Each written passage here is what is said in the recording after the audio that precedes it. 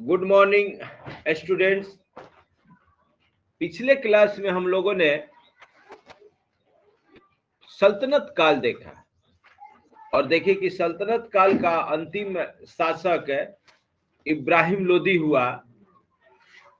इब्राहिम लोदी बाबर से पानीपत के प्रथम युद्ध में 1526 में पराजित होता है और इसी के साथ भारत में अब एक नए युग की शुरुआत होगी जिसे मुगल साम्राज्य के नाम से जाना जाता है। तो आते हैं, देखते हैं मुगल साम्राज्य में क्या क्या हुआ। वैसे तो हुआ बहुत कुछ है, लेकिन एग्जाम के दृष्टिकोण से हम लोग देखेंगे कि मुगल साम्राज्य में प्रमुख शासक कौन हुए। उन्होंने प्रशासन में, सैन्य प्रशासन में, अर्थव्यवस्था में क्या सुधार किए, इनका साहित्य में, चित्रकारी में, पेंटिंग में क्या योगदान रहा, इससे प्रश्न आते हैं। तो आइए हम लोग देखते हैं। ज्यादा युद्ध पे, लड़ाई झगड़ा पे, डेट पर ध्यान नहीं देना है। प्रशासन पर, अर्थव्यवस्था पर, साहित्य के क्षेत्र में क्या क्या योगदान रहा, इस पर ज्यादा फोकस करना है। स्थापत्य से भी प्रश्न आते हैं। इन्होंने भी बहुत सारे किला, भवन, दुर्ग इत्यादि का निर्माण करवाया, मस्जिद बनवाए, तो इस पर भी आपको ध्यान देना है। तो आइए हम लोग स्टार्ट करते हैं। मुगल साम्राज्य। मुगल साम्राज्य की स्थापना का श्रेय मंगोल शासक बाबर को जाता है। Page number 12, page number 12। वैसे ग्रुप में इसका इमेज भेजा गया है। जिनके पास नोट्स नहीं है वो अपना उसको राइट डाउन कर लेंगे, राइट डाउन कर लेंगे, ठीक है। अच्छा, उसको दे दी थी जो मांगी थी, कौन लड़की? हाँ हाँ हाँ हाँ, अच्छा आज दे देना ना, हम फिर नहीं। अच्छा आज दे देना, तो तू लोग अपना दे देती। अच्छा ठीक है। तो हाँ, तो आइए देखिए, भारत में मुगल साम्राज्य की स्थापना का श्रेय मंगोल शासक बाबर को जाता है। बाबर का जन्म 14 फरवरी 1483 है, 83 को फरगना प्रांत में हुआ। फरगना कहाँ है?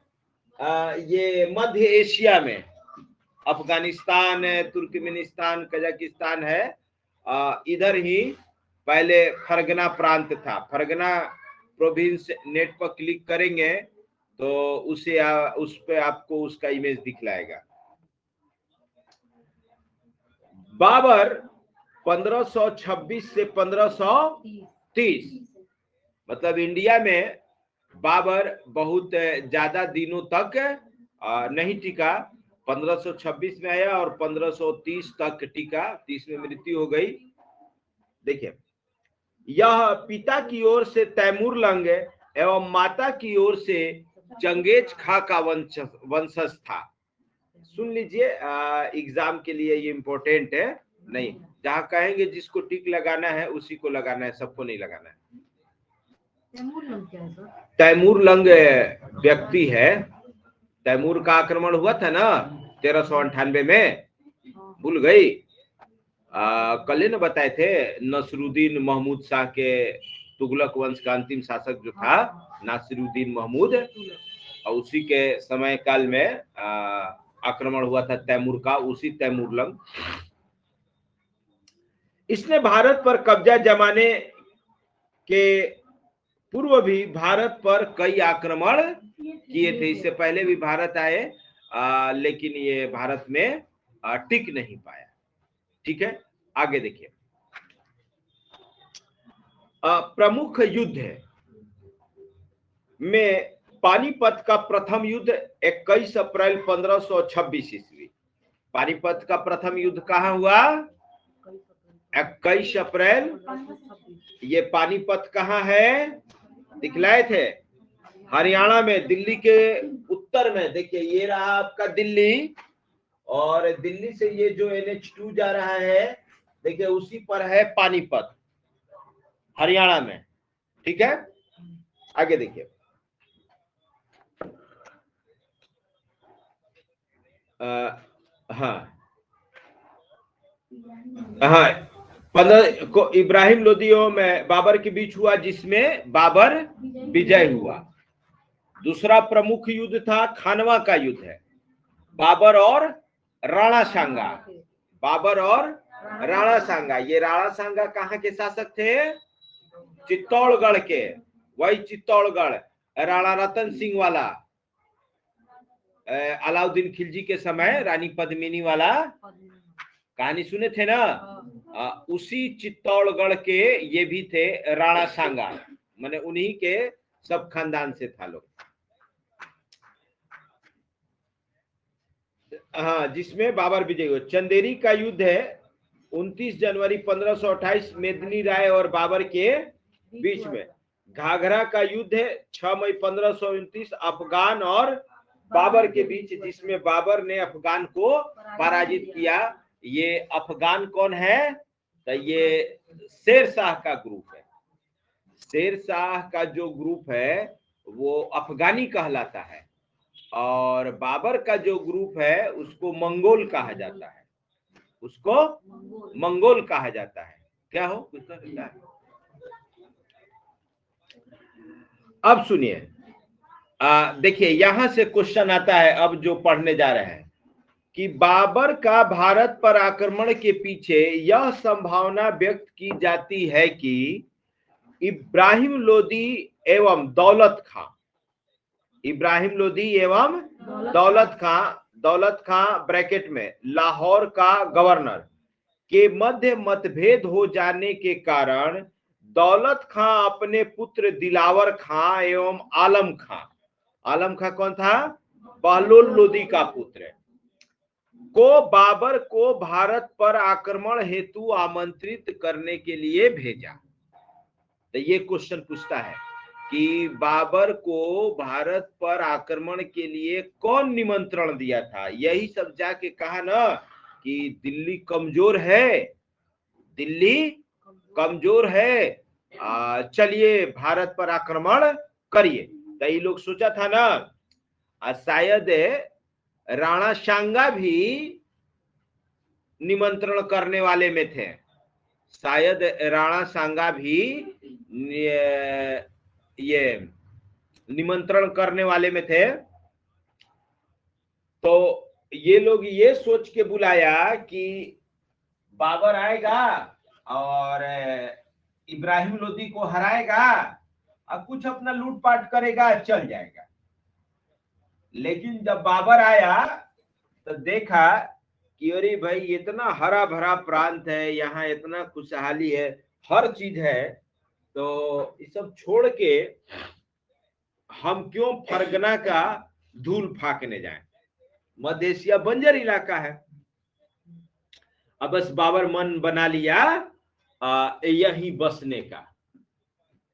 मुगल साम्राज्य यहीं से स्टार्ट होगा। तो पहला क्या होता है? बाबर। तो बाबर ज्यादा दिनों तक शासन तो नहीं कर पाया, इसलिए इसके विषय में ज्यादा कुछ नहीं है। आगे देखिए, तो इसको अंडरलाइन करिएगा कि दौलत खां और ब्रैकेट में लाहौर का गवर्नर, याद रखिएगा, पूछ देता है कि दौलत खां कौन था? लाहौर का गवर्नर। लाहौर जो अब चला गया पाकिस्तान में, तब एक प्रांत होता था। ठीक है, और कौन उसके साथ गया था? आलम खां। हाँ, बहलोल लोदी का बेटा। तो दौलत खां नहीं गया था, दौलत खां अपने बेटा दिलावर खां को भेजा था। तो कौन कौन गया था बुलाने उसको? दिलावर खां और आलम खां। याद रखिएगा, दिलावर खां कौन था? दौलत खां का बेटा, और आलम खां बहलोल लोदी का बेटा। देखिए सब नीचे पैराग्राफ में देखिए, संभवतः ऐसा माना जाता है कि राणा सांगा ने इसी समय बाबर को भारत पर आक्रमण हेतु आमंत्रित किया था। ठीक है, तो ये लोगों का यही सोचना था कि बाबर आएगा, हराएगा और चल जाएगा, तो अपना हम भारत हम लोगों का हो जाएगा। लेकिन बाबर रुक गया यहीं पर, इन लोगों का सारा प्लान फेल हो गया। आगे देखिए, बाबर इस नियंत्रण को स्वीकार कर भारत पर आक्रमण करने के लिए आया। ठीक है, परिणाम स्वरूप बाबर एवं इब्राहिम लोदी के बीच पानीपत का प्रथम युद्ध होता है। इस युद्ध में बाबर द्वारा तुगलमा युद्ध नीति एवं तोपखाने का प्रयोग हुआ। इस युद्ध में इब्राहिम लोदी हार गया। बड़ा कूटनीति से ये लोग जीता था। इब्राहिम लोदी को ये नहीं था कि सब जो पार्टी है सब धोखा देगा, धोखा दे के इब्राहिम लोदी को हरवा दिया। पहले वाले एनसीईआरटी में इसका ना विस्तृत कहानी दिया था कि कैसे हरवाया, क्या किया। कि कोई ये कनेक्ट कर दो, हो कोई कुछ कह रहा है सुनाई नहीं दे रहा है, लाओ कनेक्ट कर दो।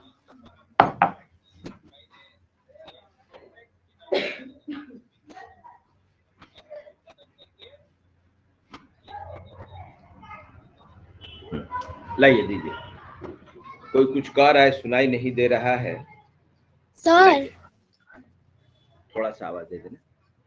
ठीक है, हेलो हाँ क्या हो सर, ये तुगलमा युद्ध नीति एवं तोपखाने का प्रयोग, इसका मतलब क्या है सर? हाँ हाँ बता रहे हैं सुनिए। तोप खाना का प्रयोग मतलब अभी जो तोप चलता है ना युद्ध में, उसका प्रयोग किया।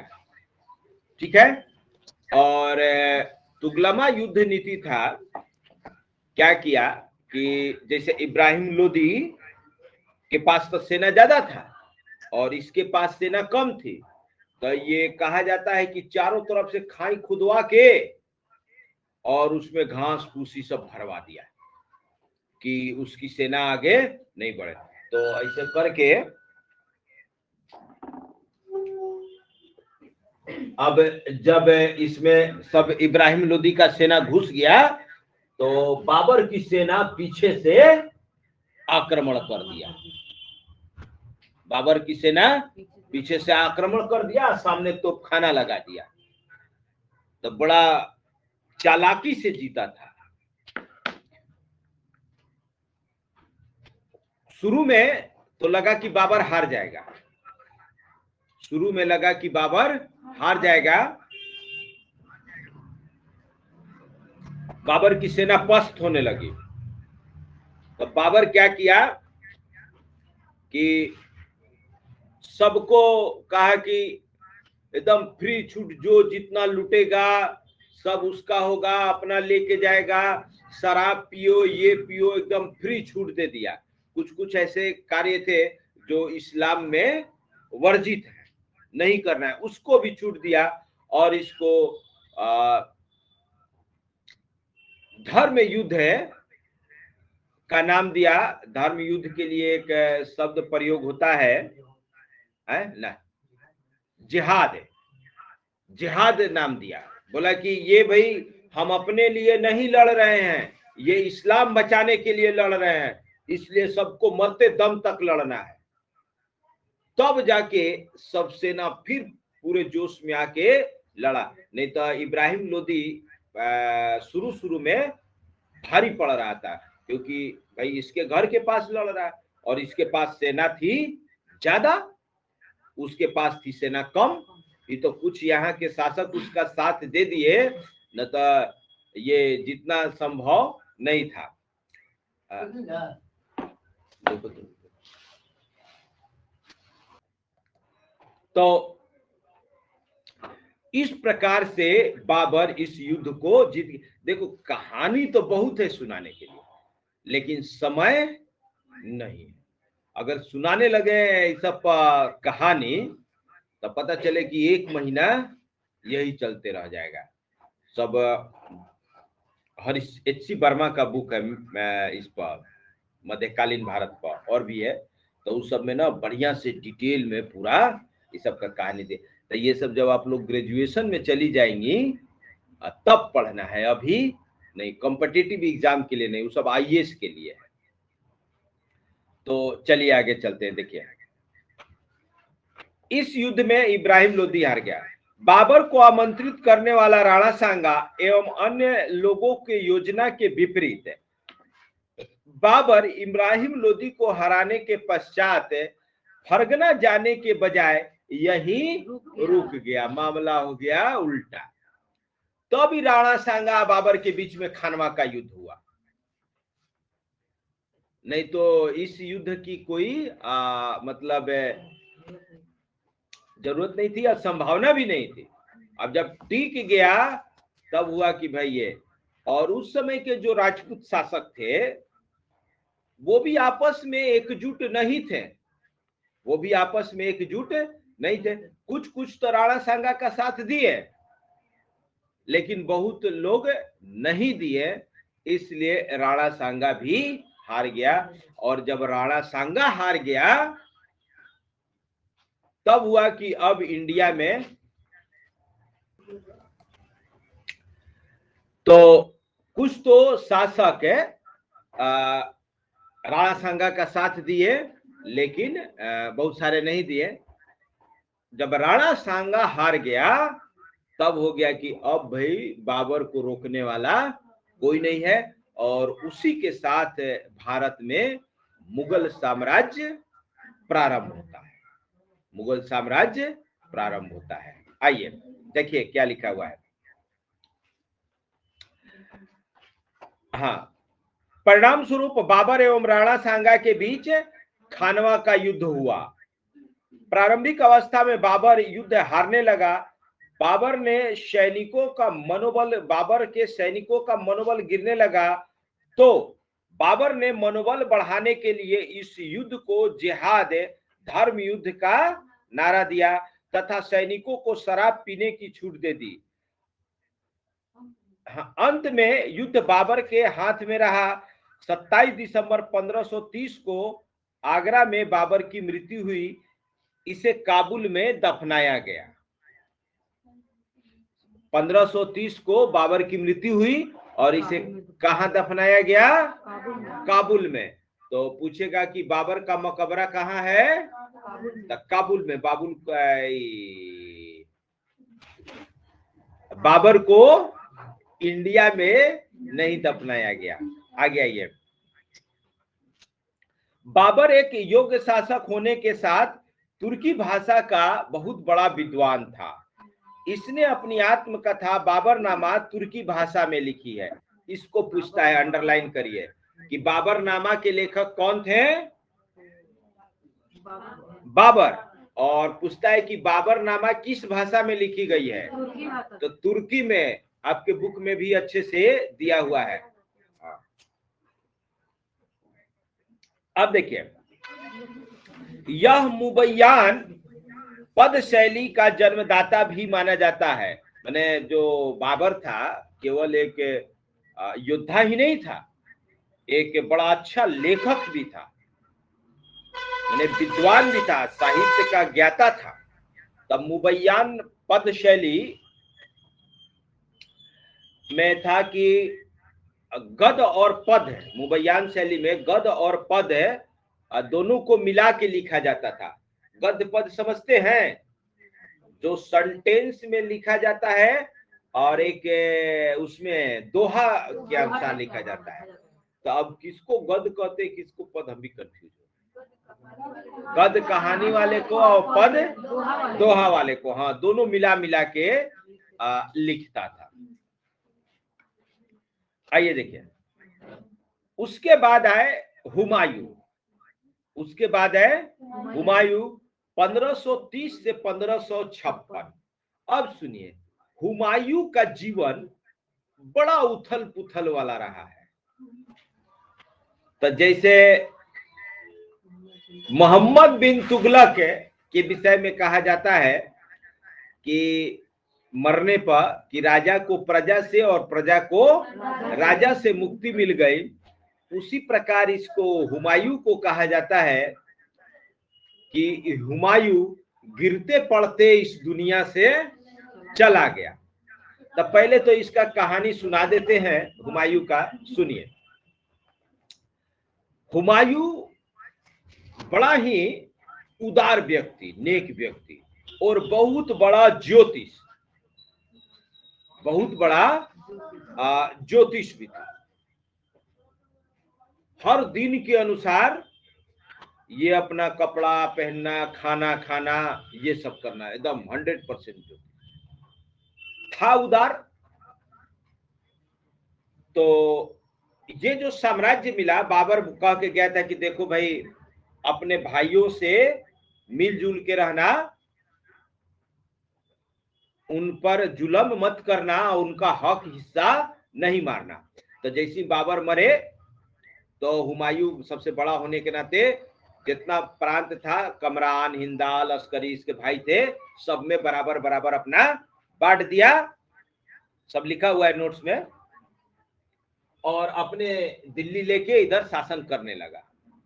तो इसी के दौरान, इसी के शासन काल के दौरान बिहार में शेर शाह अस्तित्व में आए। अब शेर शाह धीरे धीरे मजबूत होना शुरू किया और शेर शाह था पराक्रमी। ये लोग मंगोल और शेर शाह अफगानी। तो शेर शाह शुरू में इधर यूपी के पूर्वी भाग में जौनपुर, ये सब जो इलाका है, उसी में ना, जिसे इसके पिताजी टैक्स वैक्स वसूलते थे। तो अपने पिताजी के साथ ये भी ये सब काम करवाता था। तो धीरे धीरे सत्ता का ट्रेनिंग हो रहा था और युद्ध में अपना पारंगत, माने हथियार चलाने में पारंगत एकदम था, शरीर से भी हट्टा कट्टा तगड़ा था। तो धीरे धीरे धीरे धीरे ये अपने आप को मजबूत करने लगा। तो एक बार क्या हुआ कि जिसके यहाँ इसके पिताजी काम करते थे, उसी के साथ शिकार पर गए और एक शेर आक्रमण किया। तो एक ही बार में मार के उस शेर को काट, तभी से उसका नाम नुहानी है, कुछ ऐसे करके है इसमें।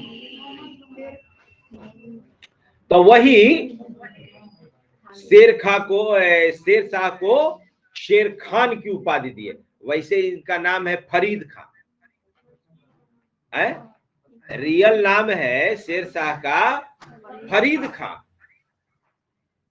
और अब फरीद खान से हो गई शेर खान। और इनके बहादुरी को देखते हुए तब ये रोहतास जिला, इस सब का कैमूरी बने पश्चिमी बिहार वाला इलाका दे दिया गया कि आप इधर भाई अपना टैक्स वसूलने का काम करिए। तो इसीलिए ना शेर शाह का जितना भी चीज है सब यहीं आसपास में है। शेर शाह का मकबरा हो गया, शेरगढ़ का किला हो गया, रोहतासगढ़ का किला हो गया, ये सब किसका बनवाया है? शेर शाह। अपने जिंदगी में ही अपना मकबरा बनवाने वाले ये शासक थे, कोई ऐसा शासक नहीं किया था। और ये जो शेर शाह का मकबरा है पूरे इंडिया के, पूरे वर्ल्ड में अद्भुत है। अष्टकोणीय चबूतरा पर चारों तरफ तालाब के बीच स्थित, ऐसा पूरे विश्व में कहीं कोई मकबरा नहीं है, ना बन सकता है ऐसा। सोचिए, आप लोग सब देखे हुए हैं, उसमें इतना बड़ा बड़ा चट्टान है, अभी तक क्रेन है कि उठा के रख देता है। उस समय क्या था, कैसे उतना बड़ा बड़ा चट्टान उठा के और उतने बारीकी से रखा हुआ है। एक मिनट, हाँ अब आवाज जाएगी तो आवाज जा रही है? हाँ ठीक है। तो इधर शेरशाह अपना पनपने लगे। अब शेरशाह हुमायूं को चुनौती देना शुरू किया। अब बोला हुमायूं को कि भाई तुम दिल्ली में रहो, इधर बिहार के तरफ मत बढ़ो, नहीं तो अंजाम बहुत खराब होगा, अंजाम बहुत खराब होगा। तो हुमायूं कहा कि अरे हम बाबर की औलाद हैं और तुम हमको चुनौती देगा? तो शेरशाह कहा कि हम भी अफगान हैं। दोनों वहां भी अपने मध्य एशिया में भी भिड़ंत होता था वहां। तो शेरशाह कहा कि हम भी अफगान हैं, तुमसे कम नहीं है हिम्मत। और शेरशाह मैंने ताकत के साथ साथ चालाक बुद्धि का भी था, चालाक बुद्धि का भी था। हुमायूं को इतना मतलब पिंच करना का मतलब समझ कि मैंने ऐसा करना कि वो गुस्सा में आके कोई कदम उठा दे, नहीं चिढ़ाना बमकाना जिसको कहते हैं, कि उकसाना, कि उसको इतना उकसा दिया। हुमायूं कहा कि तब रुको, हम तुमको मंगोल की ताकत दिखाते हैं। हुमायूं जो है शेरशाह को कमजोर आंक के चल दिया दिल्ली से इस पर हमला करने के लिए। कहा ठीक है हम आ रहे हैं। शेरशाह था होशियार, कहा कि आओ। समय बड़ा अच्छा चूज किया था, बरसात का दिन। बोला कि बाबू तू लोग मैदान के आदमी हो और हम लोग नदियों के बीच पले बड़े हैं। इधर पूर्वी भारत में नदियां ही नदियां हैं और बरसात के दिन में जितना नदी है सब में पानी लबालब। अभी के जैसा ब्रिज थोड़े था कि तुरंत टपाटप पार कर गए, पुल तो था नहीं। पार कैसे होता था? पहले लोग नाव से। क्या हो, कोई कुछ कह रहा है? क्या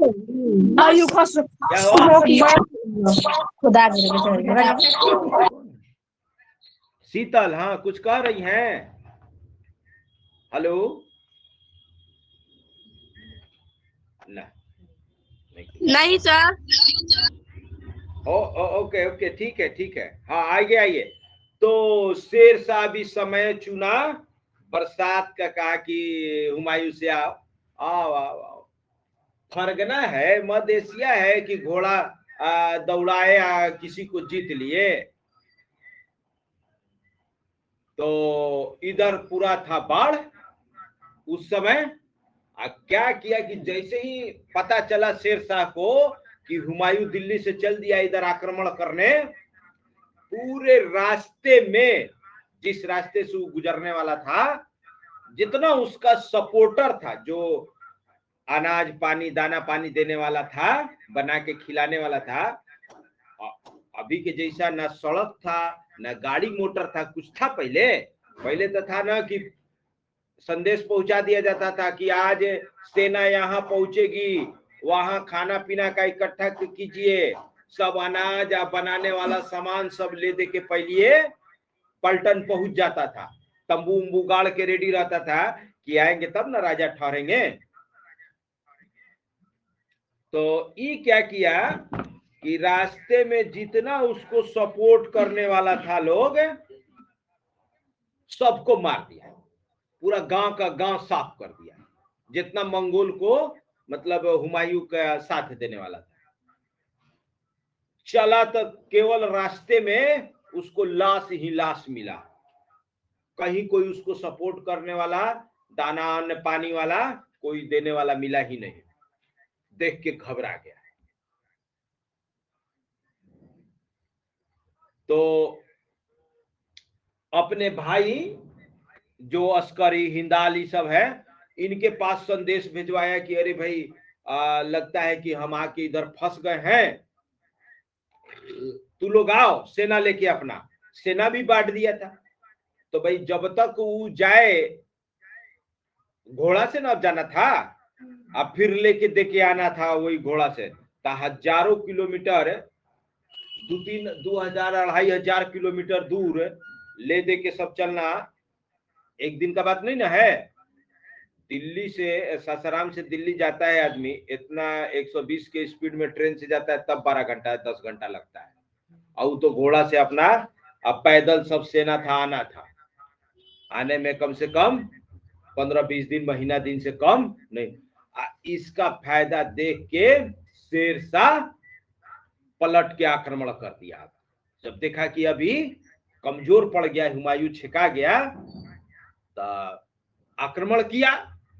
तो जैसे ही आक्रमण किया, युद्ध में हुमायूं हारने लगा। हुमायूं हारने लगा यहीं बक्सर के पास। तो वही होता है चौसा का युद्ध है। और हुमायूं किसी तरह अपना जान बचा के, एकदम गंगा में बाढ़ आया था, कूद गया। एक ठो लाश बह के जा रहा था, उसी को पकड़ के किसी तरह गंगा पार किया। तो यहां तो जान बच गया, भाग गया, सारे सैनिक मारे गए। शेरशाह कहा कि तुम्हारा भी पाला अफगान से पड़ा है, पीछा छोड़ा नहीं, पीछा करते रहा। पीछा करते करते फिर जाके यूपी कन्नौज में फिर युद्ध हुआ दोनों में, और वहां अपना फिर हुमायूं हार गया। और तब छोड़ छाड़ के हुमायूं सब भाग गया इधर पाकिस्तान तरफ, सिंध में। सब उसके भाई के जिम्मे था, और शेरशाह का दिल्ली पर कब्जा हो गया। तो मुगलों के बीच में कुछ देर के लिए अफगान आ गए, और शेरशाह इतना मजबूत अपना साम्राज्य खड़ा किया कि उतना अकबरों का नहीं था। और इतना कड़ा नियम बनाया, ऐसा जासूसी मैंने था कि कहा जाता है इसके विषय में कि अगर कोई बुढ़िया सोने का गठरी लेके रास्ते में मर जाए, तो किसी का हिम्मत नहीं था कि उसका गठरी छू दे। चोरी तो दूर की बात है। आई सब जितना सराय मोहल्ला देखते हैं ना, सब शेरशाह का बसाया हुआ है। लखनऊ सराय, कंपनी सराय, मोर सराय, ये सब जो नाम है ना सराय, सब शेरशाह का है। वही शुरुआत किया था। सराय मतलब क्या होता है? ठहरने का जगह। जैसे अभी तो सड़क है, ट्रक रात दिन चल रहा है, उस समय ट्रक व्रक नहीं ना था।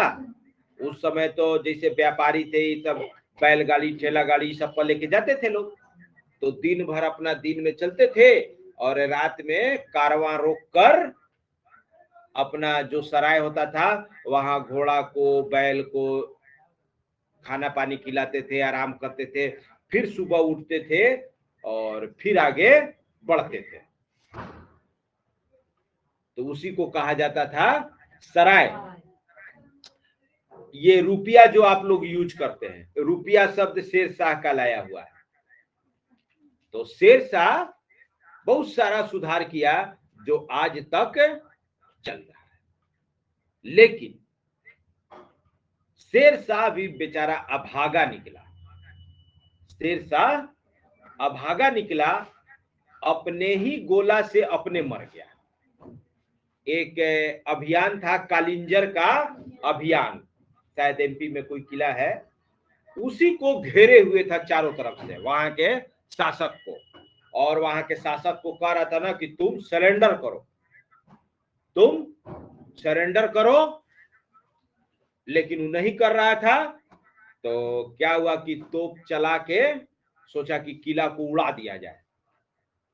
दीवार को, मोटा मोटा चट्टान होता था ना, तब तक एक गोला किला से टकरा के और आके इसी के पास फट गया जा, और शेरशाह घायल हो गया और उसी में मर गया। शेरशाह के मरने के बाद अभी अफगान तो तैयार नहीं न था, अभी ये किसको अपना सत्ता सौंपे, अभी तो किसी को ट्रेंड किया नहीं था, अभी तो अचानक ही मर गया।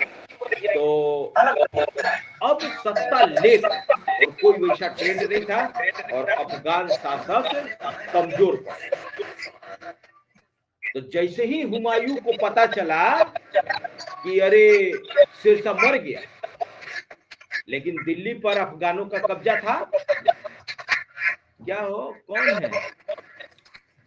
श्वेता, कौन है? कुछ पूछना है? क्या हो श्वेता? हेलो, कुछ पूछना है? आवाज आवाज तो इसमें आ रही है, कोई नहीं बोल रही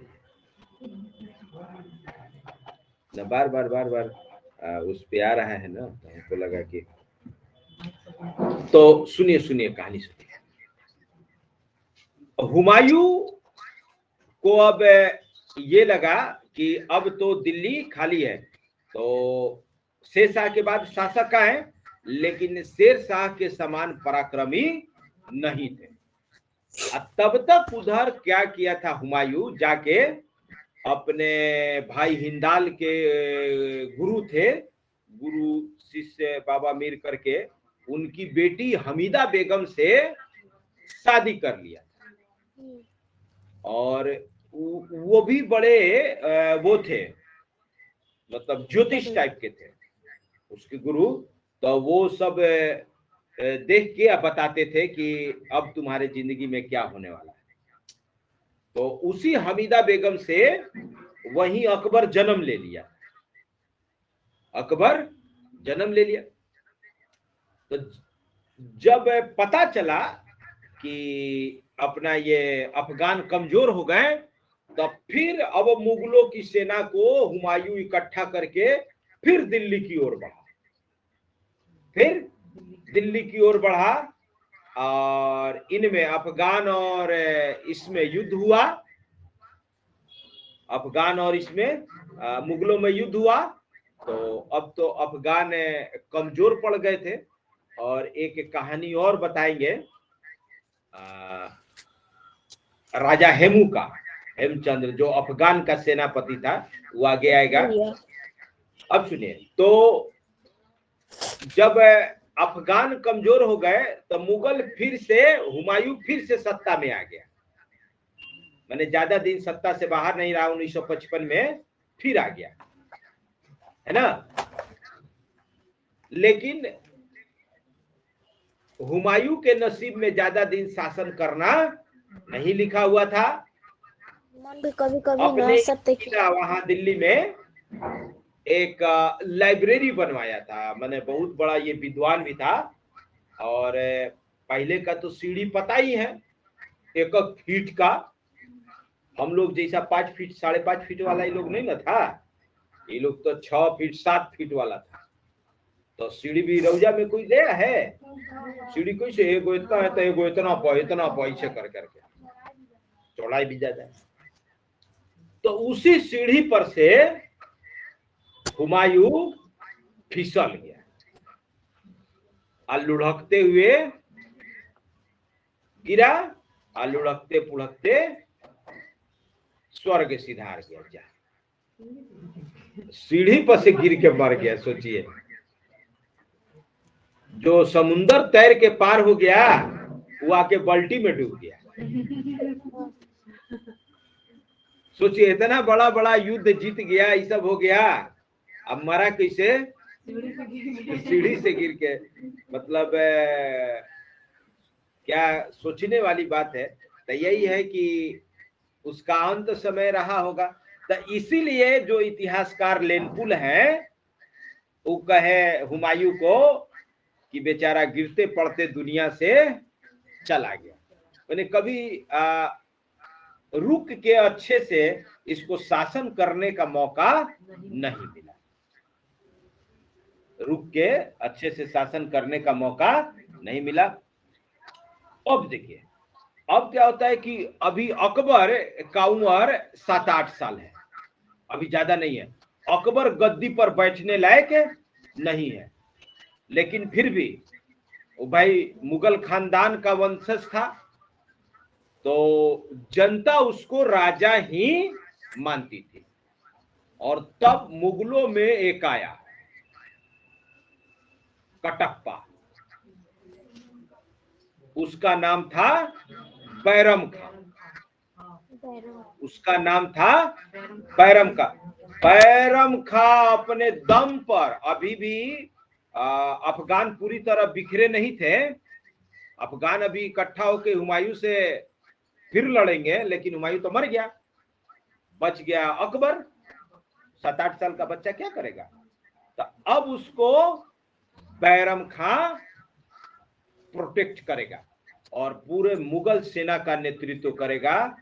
और दुर्भाग्य से अफगान हार जाते हैं, दुर्भाग्य से अफगान हार जाते हैं। कैसे हारते हैं बताएंगे आगे। और अफगान हारते हैं और फिर से मुगल अपना सत्ता में आते हैं, अकबर राजा बनता है और बैरम खां अपना अब शासन देखता है, लेकिन राजा रहता ही। तो अब क्या हुआ, बैरम खां ईरानी था, ये लोग था मंगोल, तो अकबर था बच्चा। अब क्या किया कि अकबर की मम्मी मौसी जो भी खाला बहन वहन ये सब जो था, बैरम खां के खिलाफ षड्यंत्र करना शुरू किया, कि उनको लगा ना कि कहीं यही मत अकबर को मार के गद्दी हथिया ले। तो कई बार ऐसा मौका आया, बोला कि अरे ऐसा करना रहता तो तभी हम मार के नहीं बैठ जाते, उसको काहे हम राजा अपना स्वीकार करते। लेकिन इतना ना बैरम खां को आगे चल के भड़का दिया सब कि बैरम खां भी विद्रोह कर दिया, बैरम खां भी विद्रोह कर दिया। लेकिन अकबर को पता था सच्चाई, बोला कि देखिए मतलब हम तो सब जानते हैं आपकी इसमें गलती नहीं है, लेकिन क्या करे यहाँ बहुत गुटबाजी हो रही है, तो आप हज पर चले जाइए, सारा हम व्यवस्था कर देते हैं। तो उसको भेज दे दिए हज पर, लेकिन रास्ते में दुश्मन सब अपना लगा हुआ था, मार दिया बैरम खां।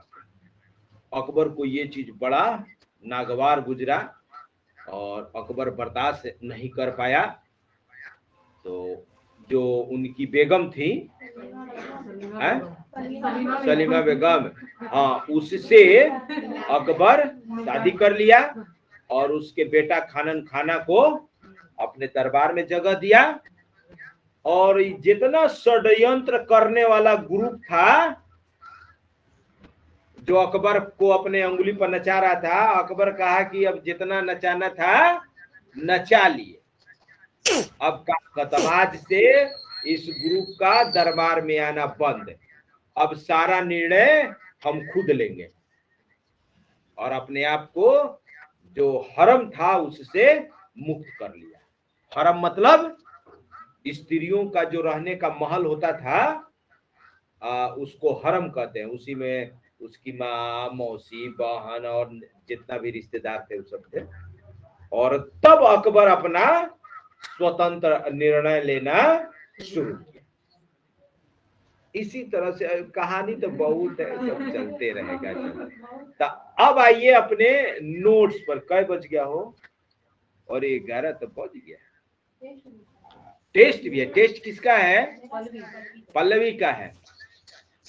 तो चलिए आज तो कहानी सुन लिए।